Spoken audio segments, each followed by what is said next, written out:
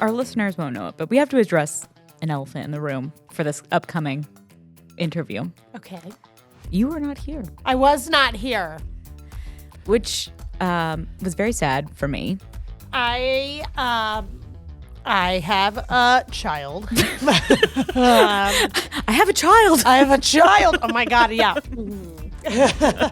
And I had to get on the boat. No, but I have a child who is 11 months old today. Whoa. Who gave him the right. It's rude. But he goes to daycare, and it was very, very cold, and they were closed, so he was hanging with me, and he would not have been a super interesting co-host for us, I don't think. So I had to stay home. Listen, I think Clark would have been a great co-host for the record, but yeah. I mean, he does have a lot to say. It's just, I get it. He doesn't wait his turn. He would be he would really interrupt everything. He hasn't learned the flow of conversation. Right, yet. yeah. I get it. Or taking turns. Which, listen, I mean, I missed you, and I'm sure our audience will miss you for the interview. But really, besides the fact that just wanted to acknowledge that it is just me interviewing Jake, is that January is the longest month. Of all time? Of all time. And not just January, because by the time we hear this, we'll be, hopefully, if the month actually ends. I don't know if we will. We'll be in February. I don't know if we will. But we're in that time of the year, which of course is like, it's the first month of the year. The first year of the year. And this is like the time of year it's like, okay, now it is actually cold. Yeah. Very cold. Very which, again, why Katherine was not with us. And the days are still short, and you're just like, does this ever end? And it doesn't feel it. No. God, your nights feel long. And maybe it's because I also have an infant at home that who I love so much. We're pro Clark. But we stand. We stand with Clark. But God, it's like sometimes you're just looking at the clock like, oh my God, there's still a half hour until I can even like start bedtime stuff. But it's been dark for 2 hours. Yeah. And he's crabby like he should have been asleep 2 hours ago. Like, yeah, it's tough. Yeah, I will say and maybe this is just me being delusional, which is possible, very real. But I'm like, I do feel like I can tell the days are getting a little bit longer by minutes, which is like the fact that I can tell by minutes. I'm like, when I leave work and there's still sun, that's how I know things are changing. There might be a light at the end of this tunnel. It also feels like all of January, everyone I know has been ill. Yes. So my high school, my old high school, they had to cancel school last week because the flu. Yes, it like was rampant. Like there was like 8 teachers out. Half of the students, I guess, were homesick, and so they were just like, "We're calling it." Yeah, like it's crazy. I guess like so bad this year, like worse than usual. And then like between that and the neurovirus going around, we don't need. Listen, no, if you know, you know. Yeah, if you've been touched by it, you've been.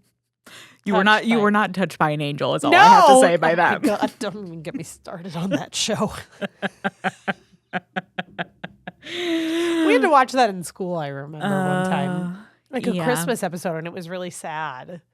Grade school, junior high, like I know that we would occasionally like, again, yeah, it's like snow day. Whatever it is like where a teacher's just like, I've had enough of you. End of the year. Yeah. Always end of the year. Everybody's like, here's a movie. Something. Yeah. But I was telling Brandon that my English teacher, he was such a good teacher, but I'm sure was also sick of us most of the time, Yeah. And so he would like bribe us to like do our reading or like whatever by like, if you all do this and pass this test, we can watch a movie. Oh yeah, we had that too. I feel like the movies that he would have us watch were like 2001: A Space Odyssey. Whoa. Cool Hand Luke. How did he get those approved? He didn't. Yeah. He didn't. Interesting. So our listeners, we probably have not talked about this, but I am notorious for not having seen anything. Most movies. Meanwhile, I've seen All of too them. many things. All of them. So yeah, when Brandon's like, so you've watched Cool Hand Luke, but you haven't watched The Godfather, I go, correct. I'm the reverse. I've never seen Cool Hand Luke, but I've seen The Godfather. 1 and 2, I've been told I don't need to see 3. Yeah, I've heard that too. But yeah, you should watch Cool Hand Luke. Marlon Brando's great. Yeah, he's a hometown hero. Yeah. Shout out Marlon Brando. Shout out Marlon Brando. R.I.P. Oh, man. Okay, well, I guess we can move on without you, Yeah, Katherine. this is where I leave you. And this is it. We'll see We you had a next good time. run. Yeah. We had a good run. If you're wondering, yeah, I wasn't sitting there with them just Silently. just so enthralled that I had nothing to say because that's never happened in the history of time. But yes, I was like, Catherine's absence will be felt in this episode, so we must address it. We must not let all of our viewers, we must not let all of our listeners wonder where I've been. Yes, I did not mute her mic. She's just not present for this interview. So today on the podcast, we have Jake Bandy.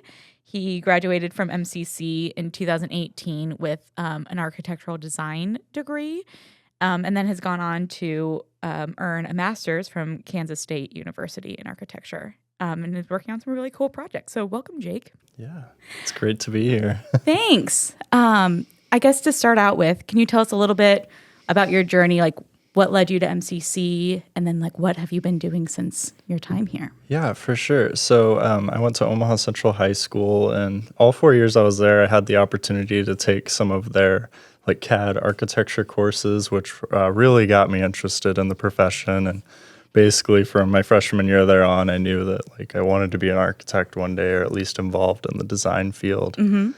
So right out of school, I actually attended UNL for 1 year. Okay. And I wasn't the best student in high school. Like I truly like I did really well in what I was interested in and focused on.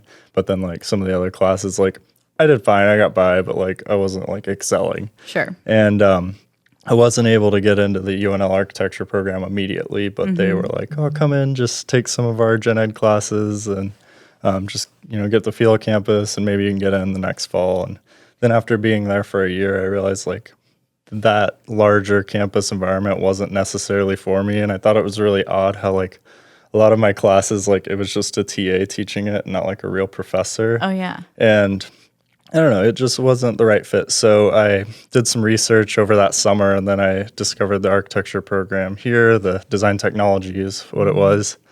So I enrolled in that, and that was back before they built all the new buildings here. So it was out at the Elkhorn campus, and yeah, I enrolled, and it was great the first year. And I loved how it was like you had real professors actually in there teaching you, and the class sizes were much smaller, and it was very like one-on-one. And then we were fortunate enough that the new buildings opened up here pretty shortly after I was here. I think we had like 2 quarters or semesters before those opened up, and it was really cool to get to be like the first people in those spaces and test all that out. So yeah, then I was here, completed the program, and post-graduation, I was kind of considering whether or not to go back to UNL, because you can do a lot with the degree from here and go and work for firms, but I truly wanted to become a licensed professional.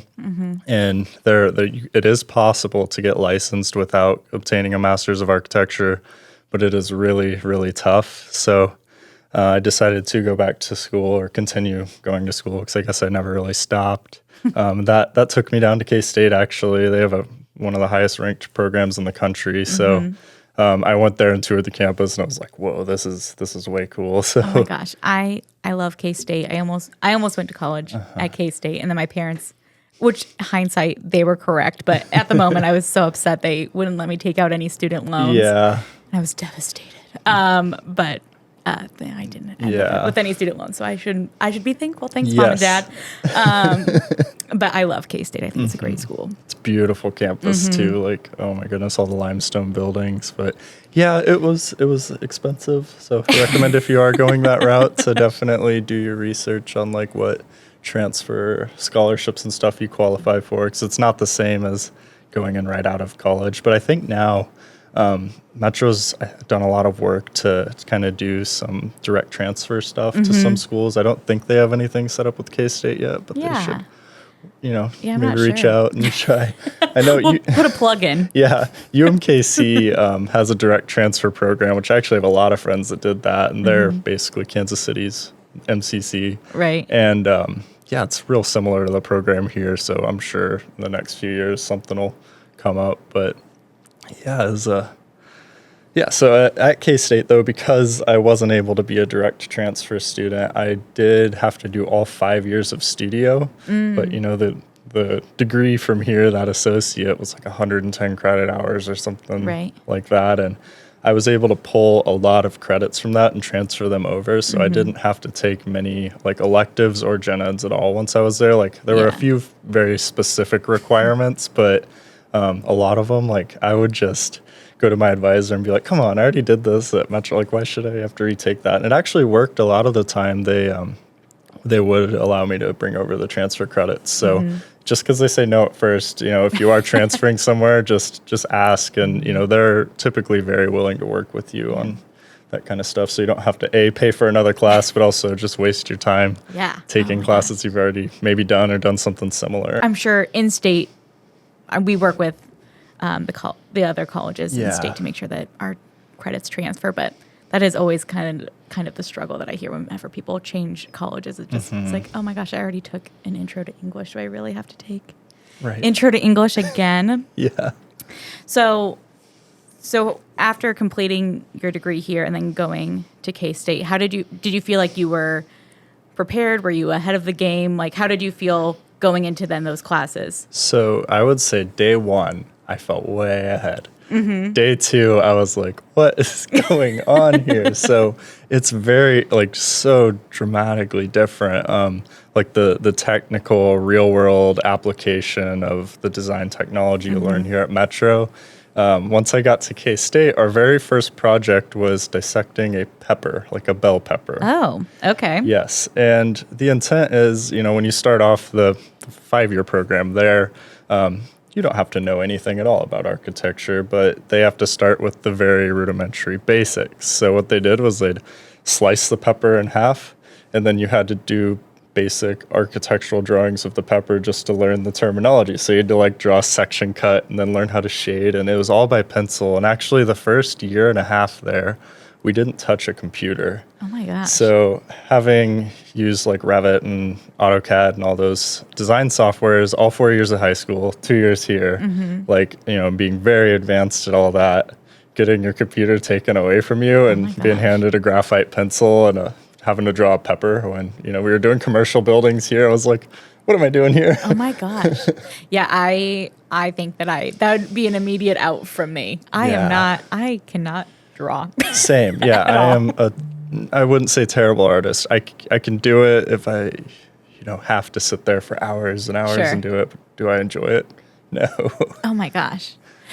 Wow, a bell pepper. That's so I wouldn't even know where to begin. I mean, I guess you just got to start. Yeah, you just got to roll with it. And it was interesting. It progressed throughout the year. So basically that first semester there was all hand, like drawing with pen and pencil, and we all very theoretical. So kind of understanding and interpreting space and just like how your body, I guess, proportionately aligns with the rooms you're in and stuff like that. And like we weren't allowed to work with any real measurements, which was also very strange because you study codes and all the ADA requirements and stuff here. And they're like, go measure the room with the width of your arms. And, that's just how I measure everything in my house. Yeah. It's about 5 of me long. I don't know. Yep. That seems about right. Yeah. So it was very bare bones, but slowly after the first semester, we actually did one project in each of the majors, because in architecture there's a few different paths you can go. You could be an interior architect, you could be a landscape architect, city and regional planners, and then just the plain old typical architect that like does the core and shell of buildings. So, and that was a path that I've always been interested in, because that like most closely relates to what we did here at Metro. So when I was, doing some research for this interview, I came across your portfolio. Oh, yeah. But I was like, is this? It was just so impressive. I was like looking through it. I was like, oh my gosh. I was like, these could be presented to like any board anywhere. Be like, oh yeah, this is the building that we want to build. I guess I assume all of that was done in CAD and all of those things. I kind of walked it through my whole schooling career. So essentially, I started off kind of with the basics. So not the pepper, but we did do some like hand rendering and stuff like that. Just some beautiful hand drawn imagery. So I touched on like one or my favorite project from each year of school. So yeah, I started with a few of the artsy hand stuff, and then it dives into just a major project from each year. And the key thing to highlight in all those isn't necessarily the exact work we did, but highlighting what we learned and like, what was the key learning objective, and how did that help you grow and what you know now. So yeah, I did include what I helped with here at Metro. While we were here, they hadn't officially kicked off where the students kind of help run the design of that house they're building over there each year. But I actually was able to come back for the first more student-led version of that house, because the first year they did it, I think they had hired an outside consultant or firm to do most of the drawings, and then Stephanie helped us do a lot of detailing and learning objectives off that, but I don't feel that we really like modified the structure.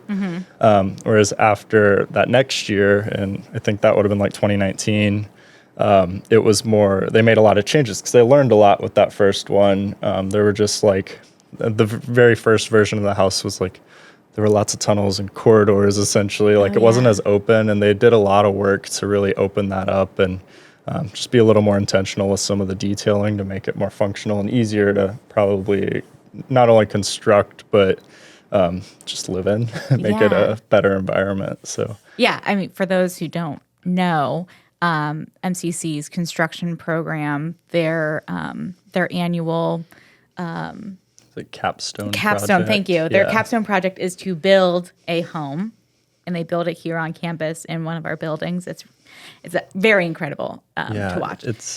So they build this home, and then somebody will live in this home, so they'll move it off and they put it on a foundation, and then it is low-income housing.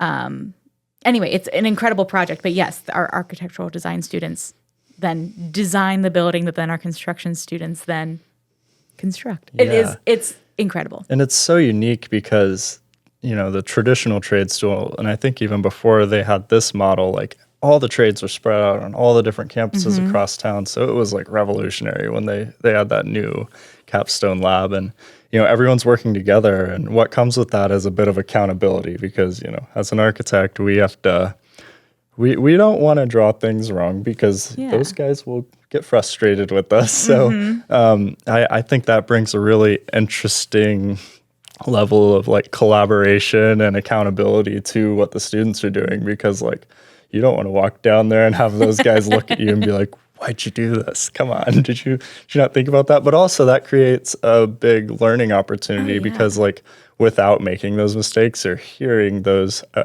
don't think complaints is the right word, but feedback. Yeah. It's very constructive, and, sometimes they might be a little aggressive or hot-headed about it, but it's all, they mean it well, and it's a great learning opportunity. So I think that's just so cool that they're able to provide that environment. Yeah, it's one of those things where it's like, on paper, this seems great. Yeah. And like, oh, that totally works. Like having this, only having 3 feet for this is like, oh yeah, that's plenty of space. Yeah. And then like in practicality, you're like, oh, that's nothing. Or like, oh God, that's way too much space. I didn't need that much space for that.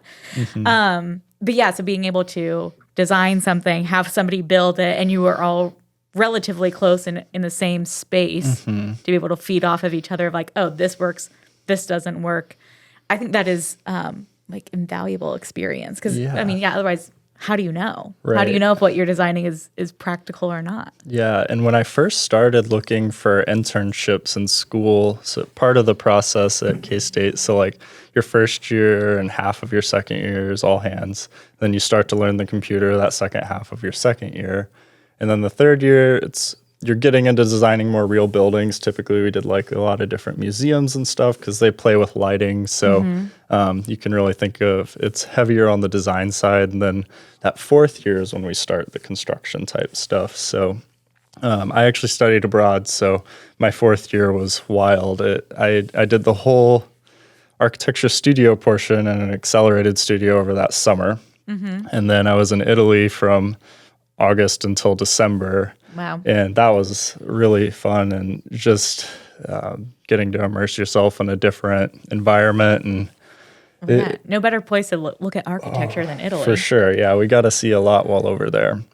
And then while I was there, though, I had to start looking for an internship because there's a requirement that during your fourth year of studies, you're not allowed to be on campus the second semester of fourth year. Oh. So, and you're also not allowed to be in like your hometown or somewhere you've lived before. Okay. So your options are you can either do a study abroad program or you have to do a 9-month internship somewhere like in an architecture firm and it has to be paid. We weren't allowed to work unpaid internships and I really wanted to do both. So I was able to make that happen. And while I was interviewing with a couple of firms, that portion in my portfolio that showed like the MCC house, they were always so fascinated by that. They're like, wow, you really got to do that? Because so many of my peers at K-State, like obviously they had a great design mind, very little technical because, you know, there were a couple classes on it. I'm not dogging K-State at all, but Right. they're more about design philosophy, whereas here it's the nuts and bolts, like the true how things happen and how things Yeah. go together. So they were so interested in that because they'd see me coming in, they'd be like, wow, this guy can, you know, we can make money with him day one. Like, you know, not that that's the only reason we're there, but it makes you a lot more desirable to Yeah. a prospective firm. So Wow. Yeah, that is fascinating. Again, I mean, obviously I don't know anything about architecture, but yeah, just a lot of students, again, not dogging any program, but it is just different from program to program and place to place that, yeah, maybe that, the technical of like, yeah, working with people who are in construction to make sure that all of those things work. You don't always get that. That's interesting. yeah, and different architecture programs across the country, like some are heavily arts-based, some are under engineering schools, and they're like very similar to what you hear at Metro, just all engineering based. And I feel like K-State was a happy balance. It was a little more, they're their own college on campus. They're not under art or engineering school. So it was a little more well balanced, but I'd say like some of the backing I got here once I got out of school, it really helped me accelerate because like I took all 6 of the architecture registration exams within about 6 months after I started studying, and a lot of the content on like the 2 harder exams or what people consider the harder exams almost were second nature for me just because of I was able to take a construction class here at Metro and help work on I don't think I took it long enough to work on the house directly, but we built like small mock-ups and like some benches and stuff. So just understanding and actually, getting hands-on with how things come together. We also did a lot of site visits. Like Stephanie, the professor here, she took us over. The apartments were getting built across the street over by the Popeyes. We got to go in there several times while that was under construction. And I can still remember some of the spots we'd point at and they'd be like, oh, this is a Z channel that the drywall hangs off of. And then you see that on the exams. I'm like, oh, yeah, I've seen that before. So, yeah without having worked several years in the field and working a lot of construction in the field, I had already had exposure to that, which really helped me advance. So, yeah, I really appreciate all that. Yeah, Stephanie's great. We love Stephanie. Yeah. So what kind of projects do you most enjoy working on? So I definitely love the technical aspect of architecture, like really thinking through how things come together and how it'll be constructed on site because I work in commercial architecture. So right out of school, I did like K through 12, which is like designing elementary schools, high schools, stuff like that. And I did that during my 9-month internship. And I actually never left. I stayed in Kansas City from that and was able to take a a studio there. But apart from that, that got me a lot of exposure because those projects are pretty fast paced. They start design and construct it really in about 2 years typically. Wow. So while I was there for 2 years, I got to see a lot happen. And there's a lot of different types of design. Like there are strict design architects, there are technical based people, there are business, there are people that don't draw anything, they just do business stuff all day. So Right. there's lots of flavors, I guess, of architecture you could do. And I really enjoy that more technical, or making sure everything meets codes and all the,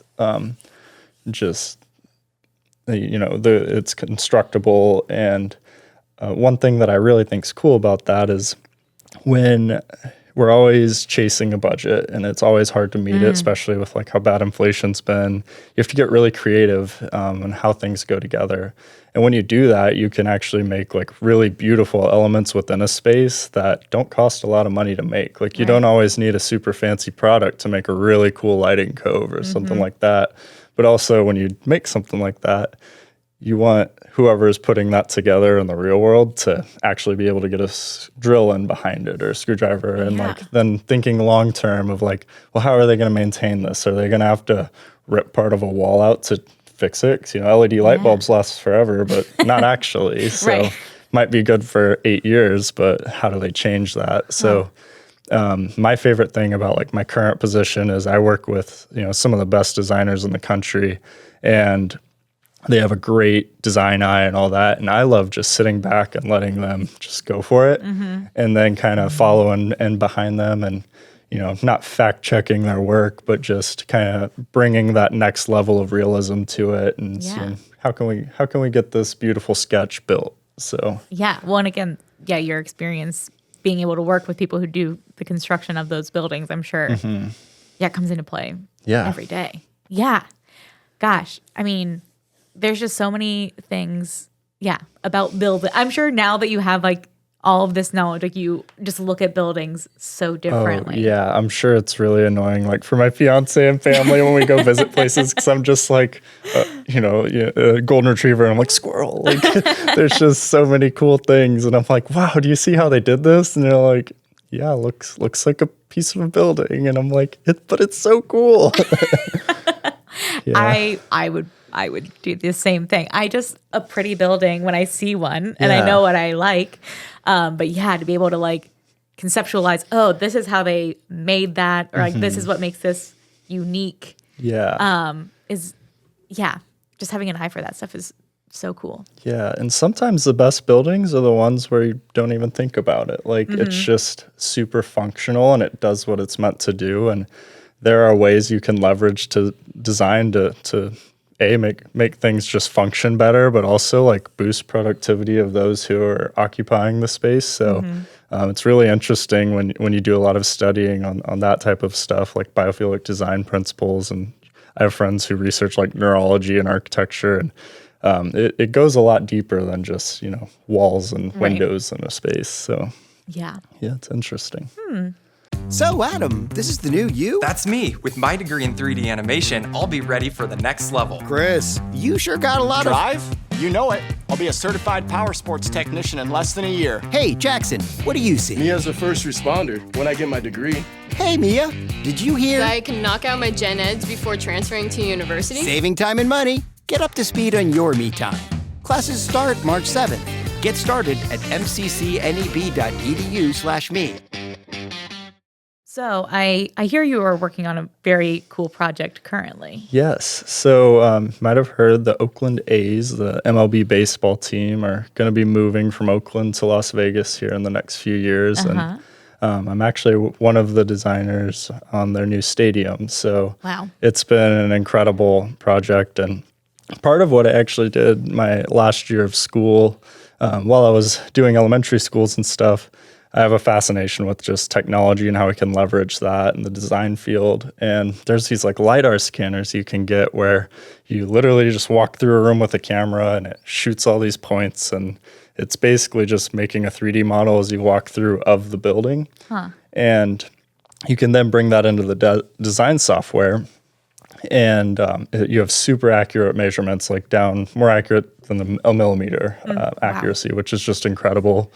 Because when we were doing schools, we were doing one over in Iowa, and we're based down in Kansas City, so we'd have to go and take measurements to do an addition to this building. Well, I was entering in all the measurements that the team that went out there to do it had put in, and I put it all into the computer, and then when I hit the last few corners of the building, they didn't line up, so that means their measurements weren't right, and it was like the most important point. So I talked to so we had to wait till the next time they went up there to remeasure it and all that, and I was talking with the owner of that first firm I was working at, and I was telling him about all this LiDAR stuff, and he's like, well, let's go ahead and get one. And he gave me his credit card and let me buy it. And it was like a $9,000 camera. And I'm like, oh my gosh, I'm going to get fired if this doesn't work. And it ended up working out great. We did a large project down in Wichita, Kansas, where we did secured entries and just like some administration area updates on like 23 of their schools. And some people took that camera down there and they scanned them all, and they could bring them right into the design software, and they just had a little model of the building there to work with. So it sped things up a lot. And one of my friends that I went to school with all 5 years at K-State worked at this other office. And he was telling the national design director kind of about what I was doing. And they're like, well, we want to do that in-house. Like, can we talk to him? And I was pretty resistant to it for a while. But then eventually I was like, you know what, let's why not? Sure. And I went and talked to them, and they're doing some really cool stuff. And, they'd convinced me to come over to their practice. So that's how I got to where I'm at now with HNTB. And yeah, they put me on the A's project though, day one, and they're like, okay, we'll just see how that works out. And I'm still looking into some of the LiDAR stuff on the side, but they're like a larger corporate office. So it takes more time for them to get that all worked into their budget, because they've got so many things to balance at once. But temporarily, or for now, my full-time project is working on that new baseball stadium, and it's on the Vegas Strip. Wow. So yeah, it's right across from the MGM Grand and Excalibur. I've never personally been to Vegas yet. I mean, I'll probably be making lots of trips once we start construction, but great people watching. Yeah, if you love to people watch, I'm not a gambler, but I will Same. I will watch people for hours. For sure. Wow, on the Strip. Okay. That's so cool. Yeah, so it's on the Strip. We just demoed on like early October last year. The Tropicana Hotel is the site of our building. So yeah, we imploded that, and that was really cool. If you ever look up the YouTube video of it, it's over the top, because it's like one of the last like classic Vegas hotels on the Strip that I think like the mafia or the mob had involvement. Yeah, there's all kinds of Vegas has a history. Does it? Yeah, yes. and they make a very big deal in the city whenever one of those classic buildings goes down. But from what I've heard, it was not a pleasant place to stay at in the last few years. It kind of was falling apart. Yeah. So it's not like we just took down a brand new building. Right. But right. Yeah. So like when you are working on a project like that, are you given like a certain section of that building, or like how does that work? Yeah, so there are a lot of hands on this project, and we're working with a world-famous design architect on this project, Bjarke Ingels, and that's big if you know anything about them. They're based out of Copenhagen. They work all over the world, but we're specifically working with their New York City office. So they handle like a lot of the core, or not the core, but the shell of the building. And it's got this crazy armadillo is what they're calling it, skin. And it's kind of, some people compare it to the Sydney Opera House, but that is not the idea. It is actually based off of a piece of artwork that the owner of the Oakland A's, John Fisher, has. And yeah, so like they push a lot of the big design aspect, but then our role, we're the sports experts, which it's funny because I don't watch sports. I was going to ask you, are you a baseball guy? Well, I played baseball for like 9 years growing up. So yeah, big into baseball. I just don't have the attention span to watch any sports, which is so funny working at a sports architecture firm because, but back to like the area of focus within the building. When I worked on schools and stuff, they have very complex like programmatic requirements. So there's just a lot more regulation with all the kids and stuff going in there, and just there's so much that goes into it. And I did a lot of like early design layouts of buildings, working with teachers and stuff just to figure out how do they teach and how do they use the spaces. And that actually majorly applied to what I'm doing now. So My key role is there's like 4 of us working on the team spaces of the building. So we call it the event level. So it's where the event's happening. So you've got the actual baseball field, all of the operations for the buildings. So you think like mechanical spaces and the housekeeping offices and, the maintenance people. But then, like very importantly, you have the actual team spaces. So the home and visiting team clubhouses where their lockers are, where all the coaches' offices are, the medical training facilities and the weight rooms, all that kind of stuff. So that's what I've been working on the last year. Oh, that's so interesting. Yeah. I am not a huge sports person. If you've listened to this podcast, you know. But my brother is very into baseball, and so I feel like I peripherally know some things. Does the MLB now, do they have a standard for their fields? Because I know they didn't used to. So every field is a little bit different, the depths and all of that. I would say it is the wild, wild west. Okay, that's what I thought. I was just about anything goes. Okay. It's crazy. I did a lot of programmatic studies of other stadiums because ownership, they want to see their new stadium compared to every other ballpark out there. But really, we chose 5 or 6 key more recently built stadiums to compare to. But yeah, we also have overlays where we put the floor plan of the outfield of every single stadium over top of each other, and then ours in big bold on top. We're this is kind of how you compare to them. So there's general guidelines, but really you can kind of do what you want and really make a home field advantage if you want in areas, but your visiting team can utilize that as well. Yeah, well, because now most stadiums are not built on a strip in the city. They're built out right outside. Yeah. So you have more space to do whatever you want. Whereas the older stadiums in New York and in Chicago where they're in a neighborhood. Yeah. It's totally different. You're working within a very tight confinement. And actually the trend where a lot of new modern stadiums are kind of going back that way, coming back to the city center. I love that. Which is great. Walkable cities, people. Yep. It's Pro. so good for economic growth. And, it makes it to where this stadium's not going to be used only for baseball games. They're going to be using it every day of the year. And there likely will be a casino resort going in around this too.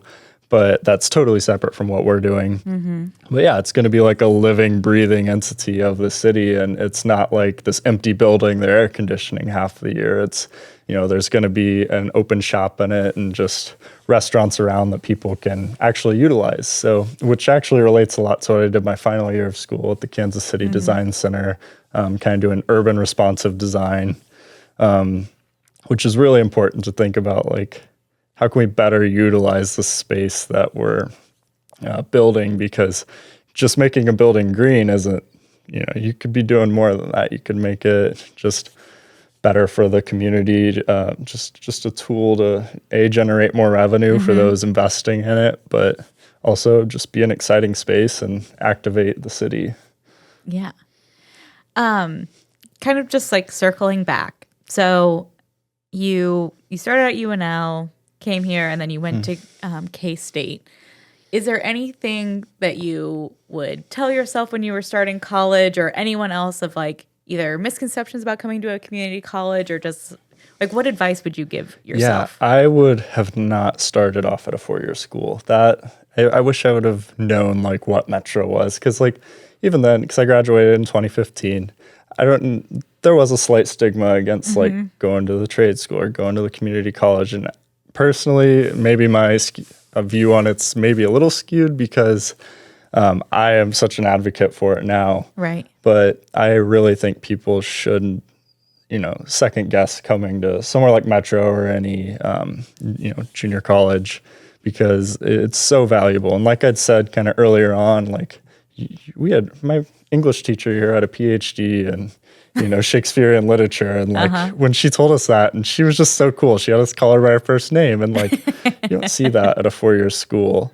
There are obviously professors with PhDs and all that, but they're not the ones teaching the the more entry level courses, like maybe if you specialize that, you might get to meet them. But another amazing thing I loved about it is the class sizes. Like here, you don't have lecture halls with 400 or 500 students in it, where you're just logging in, you're a number in the system, which is that was a big thing for me at my first year of school. Is I just kind of felt like a number essentially. Yeah. Or when I came here, it was so personal, and there's a great support system, and it's really affordable too. And I know there are a lot of great like transfer scholarships available also if you do want to go into a four-year institution, but it's totally not necessary. You can do so much with what you've learned here. So Yeah, we talked about this a lot on this podcast because it was the same when I was going to college of 4 years going to a state college or a university. That was what you did. And if you went to a community college, it was, I don't want to say frowned upon, but everyone was just like, oh yeah, you went okay, there. yeah. Oh, that's good. Good Yep. for you. Good. And it's like, it's so, I think the tide is changing on Totally. that, Yeah. which I think is great. But yeah, I mean, 4-year colleges are great. Obviously, I'm a graduate of one, as are you now. But yeah, there's so much that community colleges can offer that that can make a career for anybody. For sure. It doesn't have to be a huge deal. And just knowing yourself and knowing it's like, to dip my toe into college, this is a good choice. Yeah. To make sure that this is actually what I want to do. And if you do, second guess what you're doing, and there's always, it's nothing wrong with changing what you do. If you start something, you don't like it, and, I think it's great here because there's a lot of exposure to the other programs going on. I feel like MCC does a great job of like showcasing what each of the different programs is doing. And it's fun to see that. And like you have some really amazing resources here, like even going to a fancy, like one of the better architecture schools in the country, like our shop compared to the shops here did not compare. Like the ones here are so much, like the equipment and everything, like it blows my mind what Metro is able to purchase and what the students are able to use here. I was always like, I wish I could go back and utilize some of that, which you you guys can. mind if I just go back to that lab real quick? I'm going to go build my model there because they have this one thing that you don't. And, well, that's so nice. That's so nice to hear. Also, just because you've mentioned her a couple of times, shout out to Stephanie Ling. Yeah. She is an incredible instructor here. She does a lot of really great things. So shout out to Stephanie. Yeah. It was awesome once she came on board because she wasn't here the first year I was here. That was mainly Richard Hart, which I'm not sure if he's still around. He was like partially retired then, I think. So, she kind of took over the program from him, and really, she taught us so much. I mean, I learned a lot from both of them, but yeah, it's awesome. And heard she just got like the AIA Scholar of the Year up here in Nebraska, which is just awesome. And yeah, they're doing a lot of cool things, it sounds like. So awesome. Well, Jake, it's been so fun to talk to you about this. Yeah. Is there anything else you would want to share? I guess there's one thing I could touch on. Post-graduation from here, you could totally go and work for most architecture firms. And it's not as common. There aren't a lot of people that have the degree from here. But if you have that, you're going to make money for the firm day one, and they could totally utilize you. And over time, if you did want to not do the full transfer to a larger university and obtain a master's, you don't have to do that to become an architect. So actually, I found out that my current supervisor has a similar degree that I have that he got, 30, 40 years before me. So his would have just been in drafting, but it is also just an associate. Shouldn't say just. It's an associate from a trade school. And he is now a licensed architect. So his path was not easy. So to become an architect in the U.S., the traditional path is you have to go to an NCARB accredited university. So that's the National Board of Architects in the U.S. And not all architecture schools are NCARB accredited. Sure. So K-State, UNL, they all are. So after graduating from their programs, you're immediately eligible to sit in on the exams, which to become a licensed architect, you have to take 6 exams, and they're all in different parts of the profession. There's 3 of them more business and project management based, and then 2 that are very technical and like how buildings go together and, double checking things are constructed properly, and actually like city planning, stuff like that. So you have to be tested on all those, and it's a really long process. And then you also have to work that it's close to 4,000 hours of basically an apprenticeship. Kind of under each of those 6 exams, you have to log specific tasks and have like a mentor sign off on all that for you. And then you can become licensed. But my supervisor did all that, but with his 2-year degree. And essentially, it's always changing. But I think for him, you had to work like 10 years actually in the profession. And then, but I went to school for another 5 years after graduating. So like really it's only 5 years more. And I wouldn't say that's atypical. A lot of people, it takes them 3 to 5 years anyway, post-graduating with a master's to get licensed. I was just really motivated because I'd already been in school for, like 7 years. And I was just ready to get it done and over with. But he did it. And, if you're really driven and you want to get working immediately and start making money and you don't want to take on student debt, it is possible. So that's good to know. I think it's nice to know that there are different options. Like you could just get an associate here and then get a job, and if you wanted to eventually get all of those other things you can, or you can transfer and just get your master's right from there. And there are a lot of people I know who have their masters who haven't gotten licensed and been working for years and don't plan on it. Because working in a large office like I do, it's good on paper for them to have more licensed professionals when they go out for projects and pursuits. However, only 1 or 2 people in our whole practice are actually stamping drawings and are like legally responsible for them. So no pressure or anything. Right. Yeah. Because if anything goes wrong down the line, it's kind of on them. And we'll be losing any sleep over that or anything. So you can essentially do the same thing I'm doing now, just not have the credential as an architect. I was driven to do it because I'd like to work my way up and get more involved in the management side and the actual heavily involved with the construction part of it, but it just takes time. So don't feel pressured that you have to go and get a master's degree from somewhere and do the whole licensure process. If you're happy with what you're doing here essentially now in class, it's easy to make it in the real world with that. And especially if you're interested in residential. I mean, a lot of people ask, first thing they ask, do you design houses? And, most houses, I think if they're under like 5,000 square feet or something like that, you don't need an architect at all for that process. So it's all just through the city planning department. So typically, unless a house is several $1 million, you probably aren't going to have an architect involved with that. But like with what you've learned here at Metro, I mean, you go out and start your own business, being a home builder, or team up with a contractor or something like that. So it's a very useful degree, I guess. It's kind of like a Swiss Army knife in a way. No, there's so many things you can do. And you were talking about earlier, the different lanes you can go down. And what a diverse degree. I mean, I have a communications degree, and I say all the time, like, you can do a million things. Right. Yeah, it's never a one-track path, I guess. No. Yeah. Well, that's great. Well, thank you so much for coming and sharing this with us. It was really a lot of fun. And, I really enjoyed just prepping for this because I hadn't really sat down and thought about, how to get to where I am. And Metro did a lot for me, and I'm grateful I came here. So thanks for inviting me back, and it's good to be here. Good. Yeah. Well, I'm sure we'll talk again soon. Yeah, for sure. Thanks, Jacob. Yeah. MCC Made with Emma Frazier, Katherine Riggs, and Tim Clark. Produced by Emma Frazier. Executive produced by Nanette Rodriguez. Production support by Herdat. Got a question for us? Email mccmade@mccneb.edu, and your question may be answered on a future podcast.